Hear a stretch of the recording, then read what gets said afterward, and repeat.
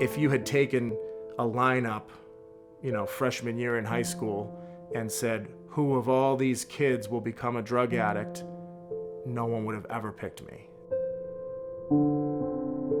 When she was a junior in high school, I found a Vicodin in her purse, and I had no idea what a red flag that was.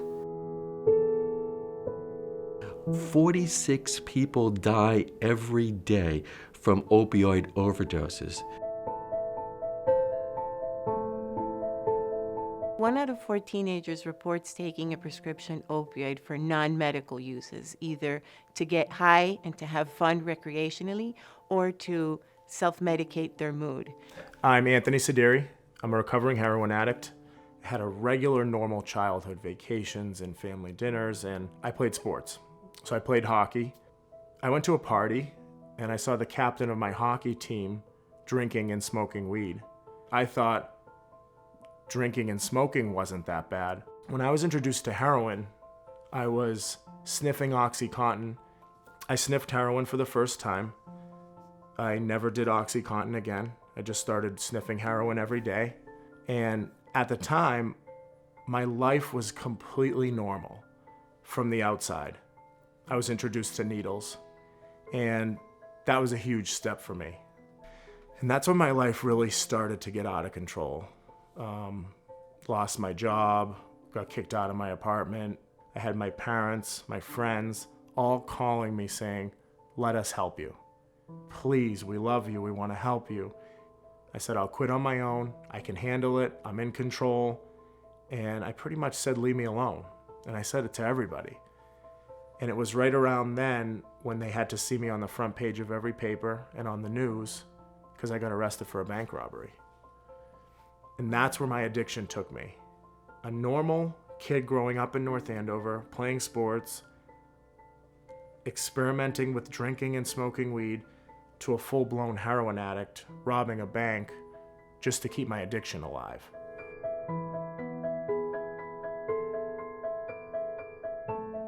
Young people are particularly vulnerable to becoming addicted to prescription opioids because their brain is still undergoing development. And because of the addictive nature of these prescription opioids, sometimes what we have seen in our field is that within a matter of weeks or only a few months, young people become physiologically dependent, meaning that not only are they psychologically seeking these medications, but their bodies become physically dependent on these medications as well. It's extremely important to understand this. Opioids are pain medications such as Vicodin or Percocet, or their true names are hydrocodone or oxycodone. These medications help to reduce pain by interfering with the function of the pain system. And when a person has terrible pain from a fracture, a burn, or a terrible injury, these medications are a blessing. That the use of opioids for more than several days are not helpful. In fact, what happens is it greatly lengthens the period of time required for recovery. Indeed, it has been found that prescriptions for opioids that are of high dose or that last for more than 1 week greatly increase the chances that a person will be out of work in a year, still taking opioids in a year, extremely disabled from all life activities, have surgery for the injured parts. None of these things are good, and all of them are strongly predicted by the persistent use of opioids. My name is Melissa Weixner, and my youngest of 3 children died from a heroin overdose. My daughter Amy was a junior in the nursing program at Boston College. She progressed from prescription painkillers in college to snorting heroin and shooting heroin. And I never would have expected that my daughter would shoot heroin. I don't want another family to go through what we went through, losing a child to this disease.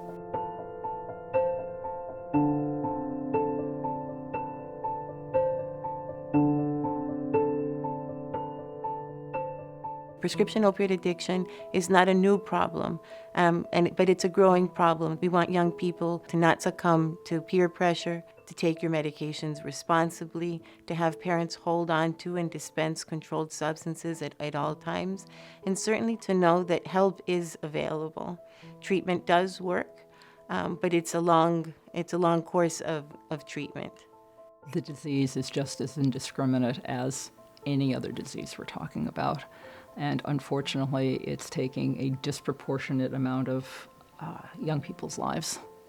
My story ends really great, but the truth is, it doesn't end well for so many people. I was going through my contacts the other day on my phone, and I have 3 people that are in my phone who are no longer alive. They died of overdoses, and they died of overdoses while in recovery because they relapsed. And that's the truth behind addiction is people get into recovery and then they relapse and they overdose. The story doesn't end well for so many people.